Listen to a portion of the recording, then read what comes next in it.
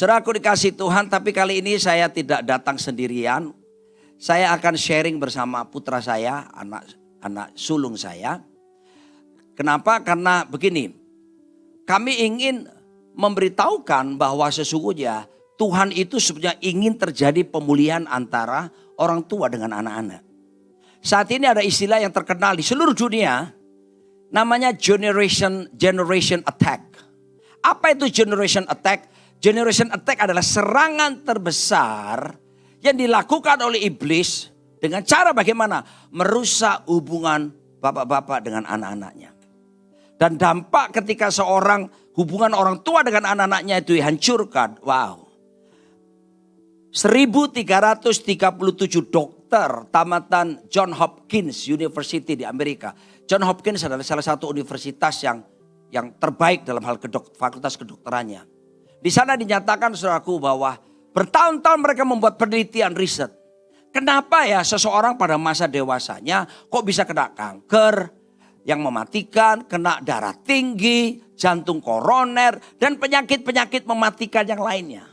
Hasil penelitian mereka bertahun-tahun mereka mendapati bahwa mereka-mereka yang berisiko penyakit mematikan itu ketika masa kecilnya ternyata tidak punya hubungan yang baik dengan bapaknya. Kekurangan kasih bapa dalam dirinya. Dan saudaraku, dan inilah yang sedang dikerjakan oleh iblis di seluruh dunia. Menghancurkan hubungan bapak-bapak dengan anak-anaknya. Kelihatannya baik di depan orang, tapi sebetulnya tidak baik-baik saja. Itu banyak terjadi. Dan ini bisa menimbulkan masalah-masalah yang disebut dengan psikosomatis. Penyakit yang karena masalah kejiwaan. Dua anak kedua dan ketiga, kalau sebentar ini anak pertama, mendalami tentang professional counseling. Dan mereka belajar di Amerika dua-duanya.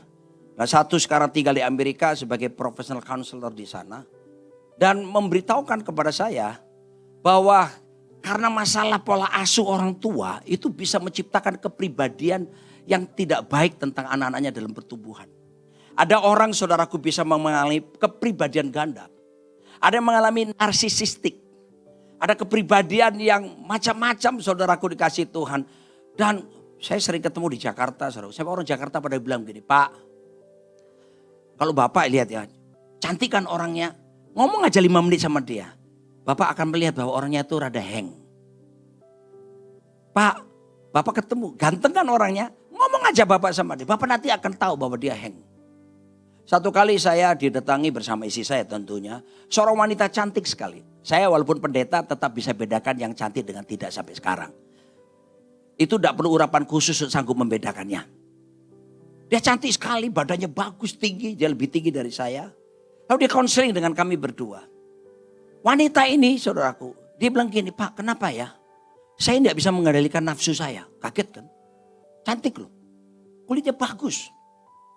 Kalau saya timbul libido hasrat seksual saya Pak. Saya ketemu laki siapapun saya ajak dia. Ngeri gak saudara? Satu kali dia tinggal di sebuah perumahan di Jakarta ini.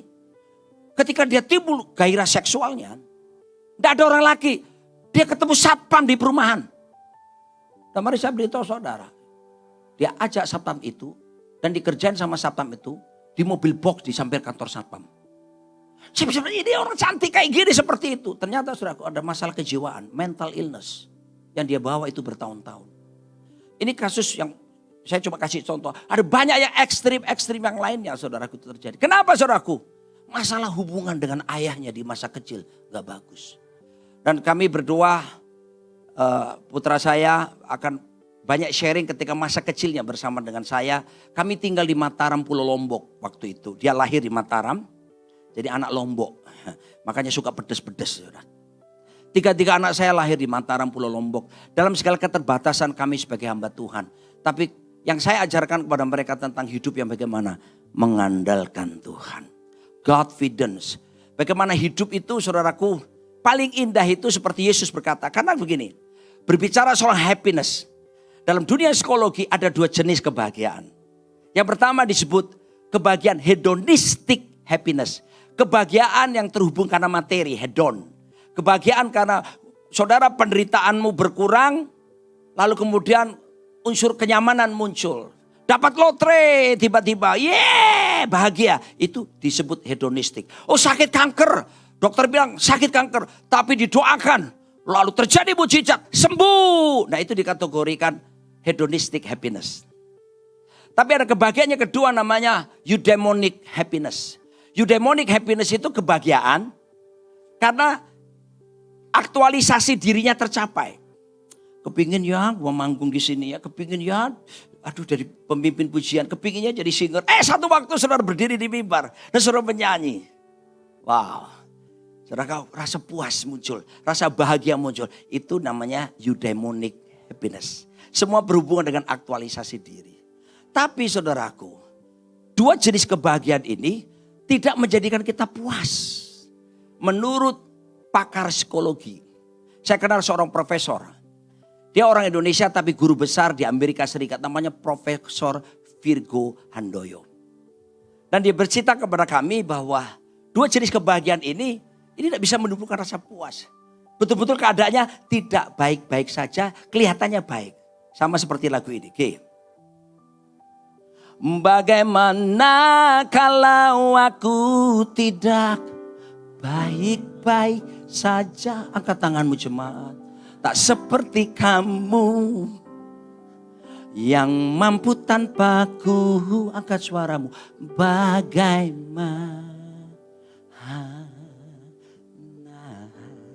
Selamat malam pemirsa. Kita jumpa lagi dapat acara di nanti-nantikan malam ini. Mari saudaraku. Ada satu kebahagiaan yang ternyata bisa menimbulkan puas.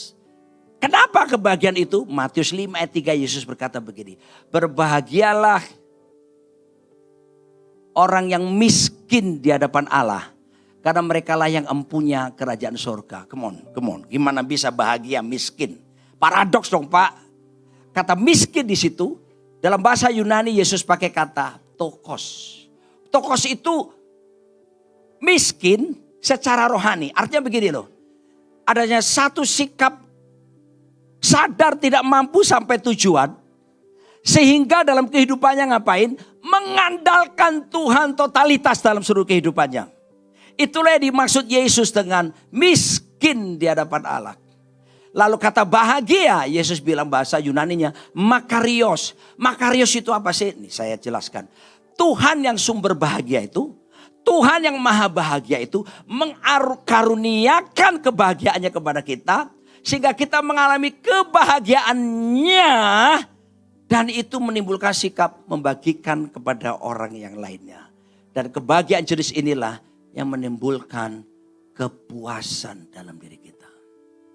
Nah, bagaimana mengandalkan Tuhan itu? Saya panggil putra saya panggil dia menyelesaikan studinya di Amerika. Dan saya pulang dari Amerika, saya tanya, kamu mau jadi pendeta atau enggak? Enggak. Aku mau bisnis katanya. Ya udah. Sebab jadi pendeta mesti calling. Kalau gak ada panggilan bisa berbahaya. Ya silakan sharing bagaimana hidup mengandalkan Tuhan. Tes. Tetapi ujung-ujungnya lagi ambil diklat PDP di GBI dan juga ambil master teologi di STT Kingdom. Jadi pelan-pelan mengikuti jejak ya. Buah tidak jatuh jauh dari pohonnya gitu ya. Jadi thank you. Salam kenal semua. Saya David Jonathan Sumito dan juga kasihan ya Papa ini juga salah satu kenapa juga anaknya disuruh bantu. Karena ini udah 5 kali khotbah sore ini. Jadi biar dia istirahat dulu ya Bapak Ibu ya. Gitu. Oke langsung aja. Benar tadi ya. Tadi namanya kebahagiaannya adalah makarios. Ketika kita miskin di hadapan Allah. Sebab mereka yang punya kerajaan. Mungkin di sini Bapak Ibu sudah hidup dari kecil, sudah terbiasa dengan enak-enak ya. Kayaknya di sini semua muka-mukanya Crazy Rich Kelapa Gading, Crazy Rich Pulau Gadung gitu ya. Tapi saya pernah mengalami yang namanya miskin. Sikap miskin yang benar-benar bergantung sepenuhnya kepada Tuhan Bapak Ibu. Kita gak apa-apa ya, sore ini kita saling sharing cerita-cerita, kesaksian hidup dan juga kebenaran firman Tuhan. Yang pertama, saya alami sendiri ketika waktu itu tahun 2001, ketika masih kami tinggal di Mataram, impact dari kerusuhan 98 di Jakarta itu masuk di Pulau Lombok tahun 2001. Di situ saya, ibu, dan adik-adik harus mengungsi ke Pulau Bali. Tapi papa bilang gak akan ngungsi karena dia adalah gembala. Gak mungkin dia akan meninggalkan domba-dombanya. Gitu ya. Jadi kami mengungsi dan ada lagi cerita mujizat di balik pertolongan Tuhan, perlindungan Tuhan. Tapi yang ini yang mau saksikan. Setelah keadaan berangsur-angsur mulai pulih, saya, mama, dan adik, waktu itu masih belum ada yang kecil, kami pulang, balik ke Pulau Lombok. Dan saya ingat banget, Bapak Ibu, kami tinggal di kantor gereja kami yang ukurannya cuma dari sini, sampai sini, sampai sini. Hanya kotak ini saja dan kami berempat di situ. Dan otomatis ya, karena jemaat masih belum semua balik ke gereja, otomatis persembahan juga menurun. Dan kami mengandalkan persembahan juga sehingga financial kami juga sangat amat terganggu. Dan suatu saat saya ingat banget tanggal 21 Juni karena minggu depannya saya ulang tahun tanggal 28 Juni. Saya membuat pengumuman gini di sekolah minggu. Adik-adik seumuran lah ya. Zaman dulu belum ada guys ya. Jadi minggu depan aku akan ulang tahun. Aku akan rayain bareng-bareng, tak kasih bingkisan, ya, ada badutnya. Wah, pokoknya it's gonna be amazing gitu ya. Nah, singkat cerita, guru sekolah minggunya itu datengin ke papa dan dia bilang, "Pak, bener ya minggu depan David ulang tahun?" "Oh iya bener. Tadi diumumin loh Pak di gereja kalau minggu depan mau dirayain, mau dikasih bingkisan." Nah, kita waktu itu benar-benar sama sekali gak ada uang Bapak Ibu. Tapi karena saya sudah melihat sendiri, ya ini mau ditambahin, ini tolong dinyalain juga. Ya oke. Dia udah kadang ngumumin bahwa minggu depan ulang tahun. Padahal saya udah punya uang. Mau dirayain pakai apa? Tapi udah keduluan dia. Suka mendahului bapaknya ini. Nah, terus? Akhirnya karena saya melihat contoh dari orang tua saya sendiri. Sejak mereka menikah 20 September tahun 1992. Sampai pagi ini mereka bangun mesbah keluarga tiap jam 5 pagi. Dan saya dibilang sama papa saya, "David, ayo kamu berurusan langsung sama Tuhan." Dan saya ingat banget Bapak Ibu, saya di kamar yang tadi di kantor tempat saya tidur, kami istirahat di situ. Saya cuma simple, karena inilah sikap kita benar-benar mengandalkan Tuhan. Berlutut. Dan saya bilang begini, "Tuhan," nama saya dulu, saya panggil diri saya sendiri Apit gitu ya. "Apit mau ulang tahun, tolong berkati dalam nama Yesus. Amin." As simple as that, simple itu doanya. Karena masih kecil, kalau sekarang udah banyak ya prayer listnya ya. Dan setiap pagi saya doakan. Senin tidak terjadi apa-apa, Selasa tidak terjadi apa-apa, Rabu tidak terjadi apa-apa. Hari Kamisnya, saya masih umur 6 tahun loh ini. Sepasang suami istri naik sepeda motor dari Sumba, dia pas lagi ada di Lombok. Ya, keluarga dari Sumba, pulau yang the next island lagi dari Lombok, itu datang ke Mataram. Dan datang ke Mataram itu salah satu tujuannya bawa angpau.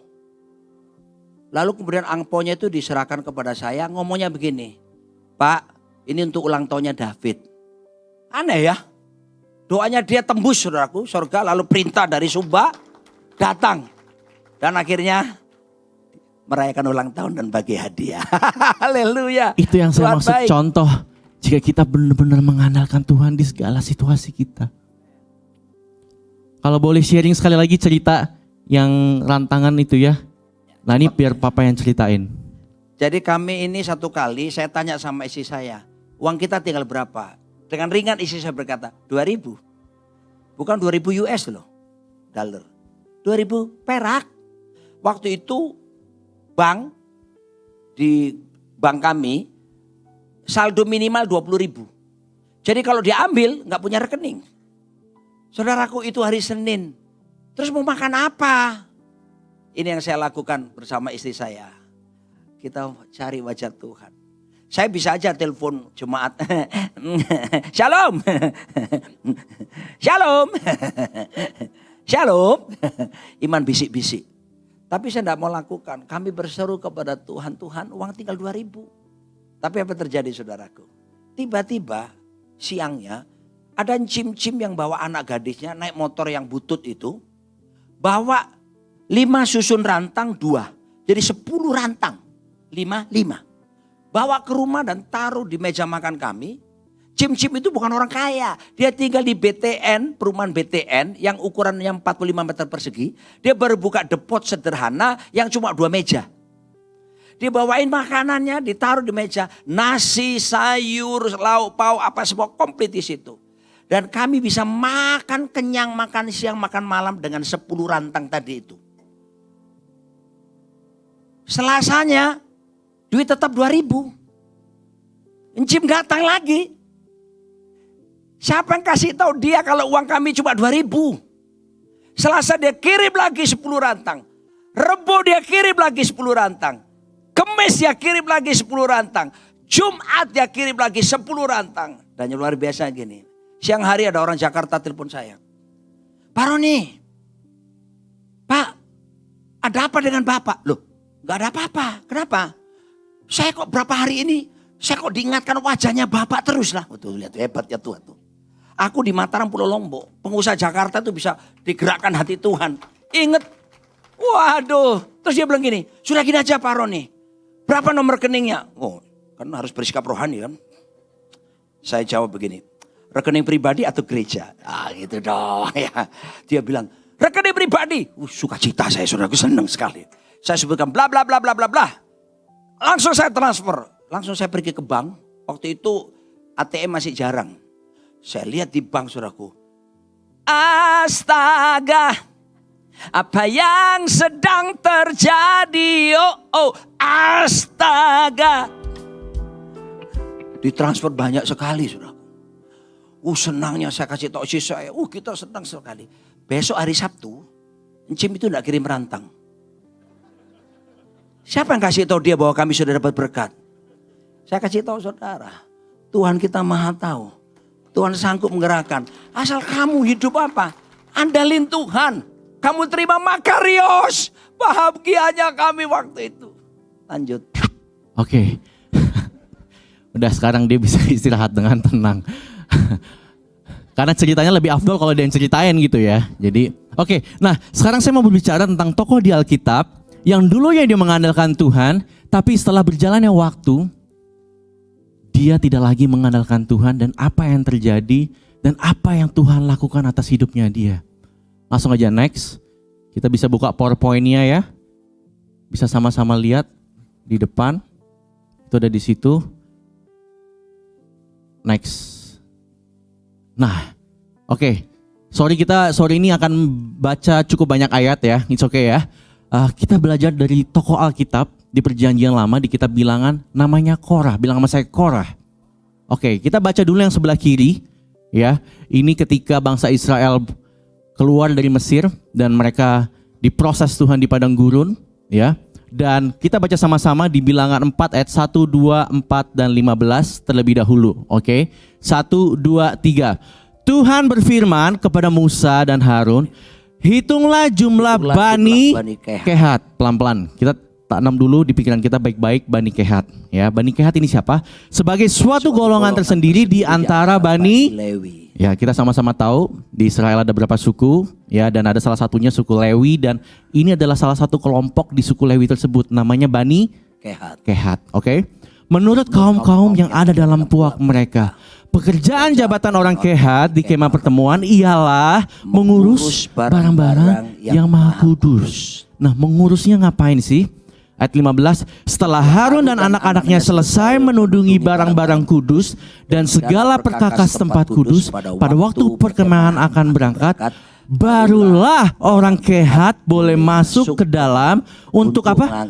Mengangkat barang-barang itu. Simple banget kerjaannya. Cuma ngangkat barang di tempat kemah pertemuan tersebut. Very simple job. Very easy thing to do. Lanjut ya, tetapi janganlah mereka kena kepada barang-barang kudus itu, nanti mereka mati. Jadi itulah barang-barang di kemah pertemuan yang harus diangkat Bani Kehat. Tapi apa yang mulanya very simple thing, hal yang sangat simple. Tapi ketika dilakukan sudah berkali-kali, hari demi hari, minggu demi minggu, bulan demi bulan, tahun demi tahun. Dan dia sudah terlalu biasa.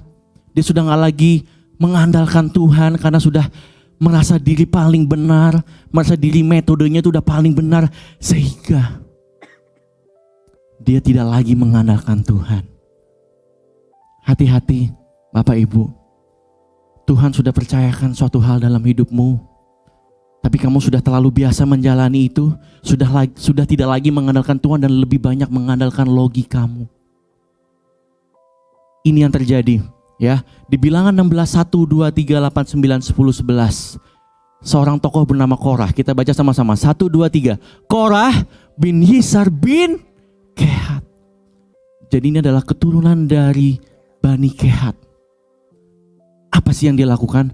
Beserta Datan dan Abiram, anak-anak Eliab, dan On bin Pelet, ketiganya orang Ruben, mengajak orang-orang untuk memberontak melawan Musa.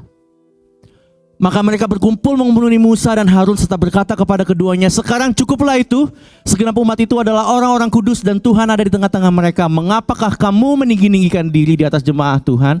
Lalu berkatalah Musa kepada Korah, cobalah dengar, hai orang-orang Lewi, belum cukup bagi kamu bahwa kamu dipisahkan oleh Allah Israel dari umat Israel dan diperbolehkan mendekat kepadanya supaya kamu melakukan pekerjaan pada kemah suci Tuhan dan bertugas bagi umat itu untuk melayani mereka, dan bahwa engkau diperbolehkan mendekat bersama-sama dengan semua saudaramu Bani Lewi, dan sekarang mau pula kamu Pangkat menuntut pangkat imam lagi. Sebab itu engkau ini dengan segenap kumpulanmu kamu bersepakat melawan Tuhan. Sesuatu yang dimulai dengan very simple job, tapi diakhiri dengan pemberontakan. Karena dia sudah terlalu biasa melakukan itu, sehari-harinya dia tidak lagi mengandalkan Tuhan. Justru dia meminta pangkat. Yang saya mau bilang, hati-hati. Kapan terakhir kita bangun mesbah dengan Tuhan? Di tempat tidurmu, di kantormu, dan kamu berkata, Lord, I need you. I cannot do this without you. Sebab itulah yang dicari Tuhan. Penyembah. Bukan penyembahannya, tapi penyembah-penyembahnya. Amin. Kita sama-sama belajar dari Korah ini, dan apa yang terjadi. Tuhan sangat marah sehingga bumi terbelah. Ia dan keluarganya ditelan bumi. The next, kita belajar dari tokoh berikutnya, Saulus. Kalau yang tadi Korah, dia terlalu overconfident sama dirinya sendiri. Dia merasa metodenya paling benar, SOP-nya paling benar. Dia merasa paling layak sampai bilang, udah gue aja jadi imam. Dia berontak melawan Musa. Dia belum berontak melawan Tuhan. Apa yang terjadi dengan Saulus? Wrong confidence. Dia menaruh kepercayaannya kepada hal yang salah. Seberapa banyak dari kita memiliki checklist. Masuk kuliah umur 18, lulus tahun 22, umur 22, langsung dapat pekerjaan. 5 tahun lah habis itu mulai usaha sendiri, getting married, and so on and so on. Yes, itu bagus. Tapi ketika kamu mengandalkan itu dan terlalu percaya pada itu sehingga jika Tuhan tidak mengizinkan satu hal terjadi dan kamu kecewa, be careful my friends. Karena di Yakobus 3 ayat 16, sorry kita nggak ada di slide ini, kita buka aja coba.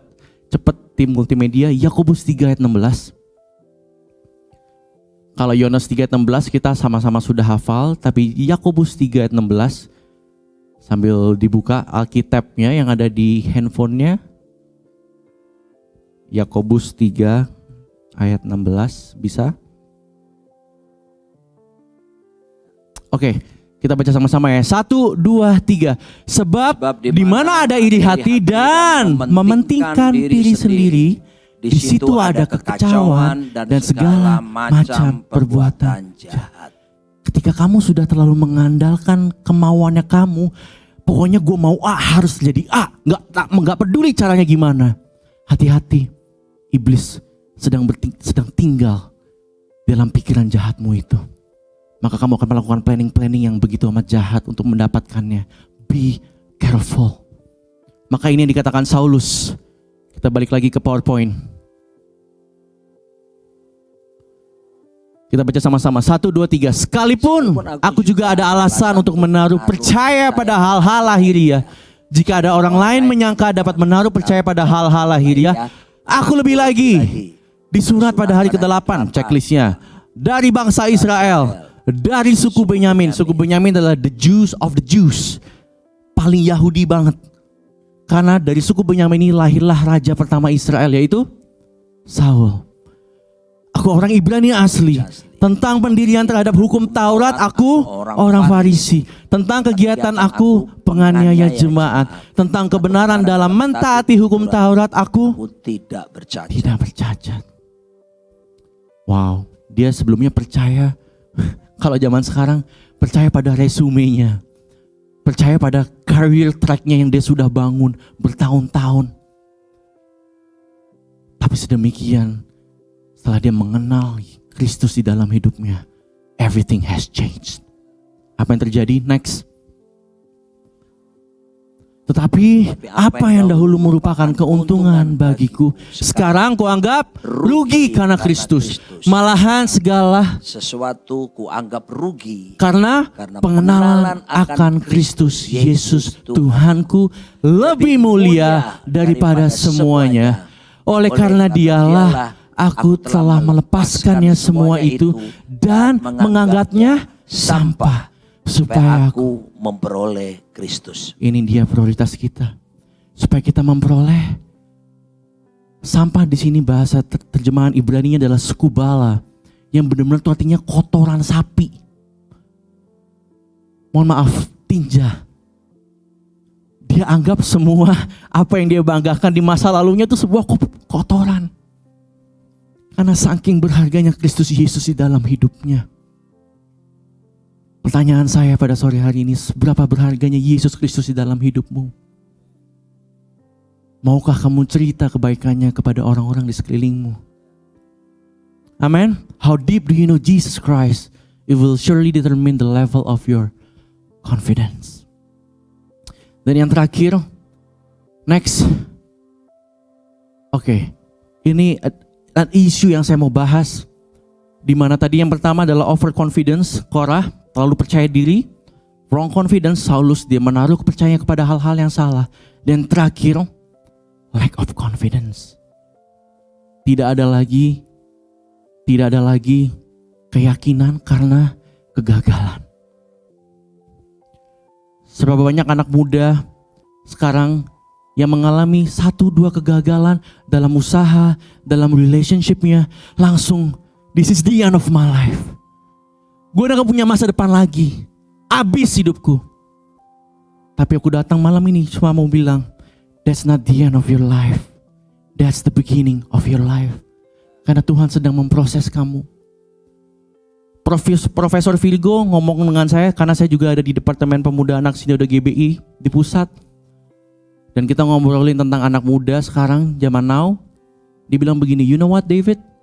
Yang sangat menyedihkan. Di anak-anak remaja 12-25 tahun, kematian pertama kematian terbesar disebabkan adalah nomor 1 karena kecelakaan accidental. Naik motor kebut-kebutan, jebret, meninggal gitu ya. Tapi penyebab kedua sekarang kematian pada anak-anak remaja adalah bunuh diri. Karena apa? Over anxiety, depression, fears, bullying, dan karena kegagalan yang satu mereka udah langsung stres banget. Mereka udah langsung anxiety-nya luar biasa. Bahkan di anak komsel saya, di anak rohani saya yang saya bina di gereja kami, tidak sedikit dari mereka yang harus mengkonsumsi obat supaya bisa tidur. Masih umur 20-an. Kenapa kami tahu? Karena waktu komsel, kita telepon gak diangkat, SMS gak dibales, kita khawatir setengah mati. Dan ketika kita dobrak lewat ibu kosnya, dia ketiduran. Setelah kita tanya, kenapa kamu ketiduran? Karena minum obatnya kebanyakan. Di situ saya baru tahu, wow, this is real. Inilah cara iblis pencuri, membunuh, membinasakan anak-anak muda zaman sekarang. Ada satu lagi yang karena kegagalan, dia seorang konten kreator, dia gagal untuk memfilter satu post karena followernya di Twitter sudah 400.000. Dan ketika dia post itu, wah, Netizen langsung maki-maki, langsung mencaci maki. Bahkan netizen ada yang bilang, udah ini yang buat konten kreator ini lebih baik mati saja. And you know what he thinks? Apa yang dia pikirkan sampai jam 4 pagi gak bisa tidur? Kamu mati, kamu mati, kamu mati, kamu mati. This is the end. Udah, abis lu, abis. Bahkan dia sempat ke stasiun kereta api. Udah mau lompat untuk mengakhiri hidupnya. This is the battle that we are facing. Kegagalan demi kegagalan. Yang saya mau bilang begini. Jangan pernah mengutuki dirimu karena kegagalan. God doesn't want to curse you. God wants to bless you. Tuhan tidak mau mengutukimu. Tuhan mau memberkati kamu.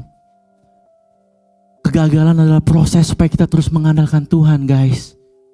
Kita belajar dari Israel, balik lagi ke PowerPoint. Kegagalan-kegagalan Israel. Ini adalah cerita di Bilangan 21, 22, 23, 24, dan 25. Bilangan 21 adalah cerita kegagalan Israel. Di Bilangan 21 dan 25 adalah cerita kegagalan Israel. Yang pertama, mereka gagal apa? Mereka berkata-kata melawan Allah dan Musa, "Mengapa kamu memimpin kami keluar dari Mesir supaya kami mati di padang gurun ini? Sebab di sini tidak ada roti dan tidak ada air, dan akan makanan hambar ini kami telah muak." Lalu Tuhan menyuruh ular-ular terdung ke antara bangsa itu yang memagut mereka, sehingga banyak dari orang Israel yang mati. Lalu Musa membuat ular tembaga dan menaruhnya pada sebuah tiang. Maka jika seorang dipagut ular dan ia memandang kepada ular tembaga itu, tetaplah ia hidup. Bangsa Israel gagal karena dia komplain terhadap Tuhan. Di Bilangan 25, apa yang terjadi? Ini adalah kisah di mana bangsa Israel waktu itu sedang mendekati Moab. Dan di Bilangan 25 dibilangin, ketika Israel berpasangan dengan Baal Peor, bangkitlah murka Tuhan terhadap Israel. Lalu berfirmanlah Tuhan kepada Musa, "Tangkaplah semua orang yang mengepali bangsa itu dan gantunglah mereka di hadapan Tuhan di tempat terang, supaya murka Tuhan yang menyala-nyala itu surut daripada..." Cerita apa? Kegagalan bangsa Israel. Dan ini adalah cerita di mana bangsa Israel sedang mendekati Moab, dan raja Moab waktu itu adalah bernama Balak. Mungkin Bapak Ibu tahu cerita ini, Balak dan Bileam. Balak begitu amat takut terhadap Israel karena Tuhan menyertai Israel begitu amat kuat. Sampai laut terberau pun terbelah menjadi dua. Sehingga apa yang dilakukan Balak, Bapak Ibu? Dia memanggil Bileam, nabi. Karena dipercayain apa yang dikutuk oleh Bileam akan terkutuk, dan apa yang diberkati oleh Bileam akan diberkati. Maka si Balak panggil Bileam. Berapa kali Balak menyuruh Bileam mengutuki Israel? Ada yang ingat ceritanya? 3 kali. Di sisi yang satu, di sisi yang dua, di sisi yang ketiga. 3 kali Balak menyuruh Bileam mengutuk Israel. Dan saya rasa memang pantas dikutuk karena kegagalan-kegagalan tersebut. But here's the good news. Tapi 3 kali yang sama Allah memberkati Israel lewat Bileam. Yang saya mau bilang begini. Don't curse your life over your failures. Jangan kutuki dirimu sendiri atas kegagalan-kegagalanmu. Justru kegagalanmu membawa dirimu dekat kepada Tuhan. Ini yang Allah perintahkan lewat Bileam untuk memberkati Israel. Kita baca di Bilangan 24 ayat 5 sampai 9. 2 menit, siap Kak? Will be done. Oke, kita baca sama-sama. Mungkin kita bangkit berdiri aja ya, karena sudah mau selesai. Let's proclaim this together. This is a blessing dari Tuhan. Kita baca sama-sama dengan suara yang kencang. 1, 2, 3. Alangkah indahnya kemah-kemahmu, hai Yakub, dan tempat-tempat kediamanmu, hai Israel. Sebagai lembah yang membentang semuanya, sebagai taman di tepi sungai, sebagai pohon gaharu yang ditanam Tuhan, sebagai pohon aras di tepi. Stop a minute. Tahu nggak Bapak Ibu, pohon gaharu adalah pohon yang semua bagiannya dapat bermanfaat. Ya. Pohon gaharu juga adalah pohon yang paling mahal di dunia ini. Yang saya mau bilang begini, the stories of your life, cerita-cerita dalam hidupmu, itu semua bermanfaat bagi kerajaan Tuhan. Amin. Karena kamu akan dapat menjadikan kesaksian tuh bagi yang lain. Dan kamu sangat amat berharga di mata Tuhan. Pohon gaharu adalah pohon yang digunakan untuk wangi-wangian, parfum. Dan saya 2 bulan lalu ke rumah Atsiri Indonesia di Solo. Saya amazed banget karena tour guide-nya bilang begini. Tahu nggak bagian apa pohon gaharu yang digunakan untuk wangi-wangian? Getahnya. Dan bagaimana cara keluarin getahnya? Disayat-sayat. Ya. Kita semua lagi mengalami proses disayat-sayat. Ya. Saya sendiri pun sedang mengalami. Tapi ketika kita memiliki respon yang benar, itu adalah wangi-wangian ke hadapan Tuhan. Amin. Sebagai pohon aras, tahu nggak pohon aras digunakan Salomo untuk membangun kapal dan juga membangun bait Allah. Karena kenapa? Karena pohon aras begitu amat kuat. Sore ini yang saya mau bilang, despite of anything that happened, terlepas dari segala proses yang Tuhan izinkan terjadi, kamu kuat seperti pohon aras. Amin. Air mengalir dari timbanya dan benihnya mendapat air banyak-banyak. Rajanya akan naik tinggi melebihi Agag dan kerajaannya akan dimuliakan. Allah yang membawa mereka keluar dari Mesir adalah bagi mereka seperti tanduk kekuatan lembu hutan. Bangsa-bangsa yang menjadi lawannya akan ditelannya habis. Dan tulang-tulang mereka akan dihancurkannya dan akan ditembaknya tembus dengan panah-panahnya. Ia meniarap dan merebahkan diri sebagai singa jantan dan sebagai singa betina. Siapakah yang berani membangunkannya? Diberkatilah orang yang memberkati engkau dan terkotoklah orang yang mengutuk engkau. Bapak Ibu guys, kalian adalah singa-singanya Tuhan. Bilang sama kiri kanannya, kamu singa jantan, kamu singa betina. Singa mengejar, tikus dikejar. Singa bunyinya war. Coba sama-sama, 1, 2, 3. Kita semua singa, ingat itu identitas kita. Masalah tidak akan bisa mengecilkan iman kita. Yes. Karena kita mau selalu mengandalkan Tuhan Yesus. Tuhan Yesus memberkati. Ada ungkapan berkata, the cross before the crown. Salib dulu, baru ada mahkota disediakan. The test before the testimony. Ujian dulu, baru ada kesaksian-kesaksian. Dan yang terakhir, the thorn before the throne. Duri dulu, baru ada takhta disediakan Tuhan. Halo, jangan tengking proses, jangan tolak proses. Andalkan Tuhan, ada waktunya. Tuhan pasti menolong kita dan tidak pernah meninggalkan kita sendirian. Yang percaya berkata, amin. Anything bad can happen, but our God still sit on the throne. Sesuatu yang buruk bisa terjadi dalam hidupmu. Tapi ingat loh, Tuhan tetap duduk di takhta. Tuhan tidak kecolongan. And God still in control. Tuhan tetap bisa pegang kendali hidup setiap kita. So jangan menyerah. Bersama Yesus kita lakukan perkara-perkara yang besar. Sebab tidak ada yang mustahil bagi Tuhan. Dan tidak ada yang mustahil bagi orang yang percaya kepada Tuhan. Yang percaya berkata, amin, mengiringmu.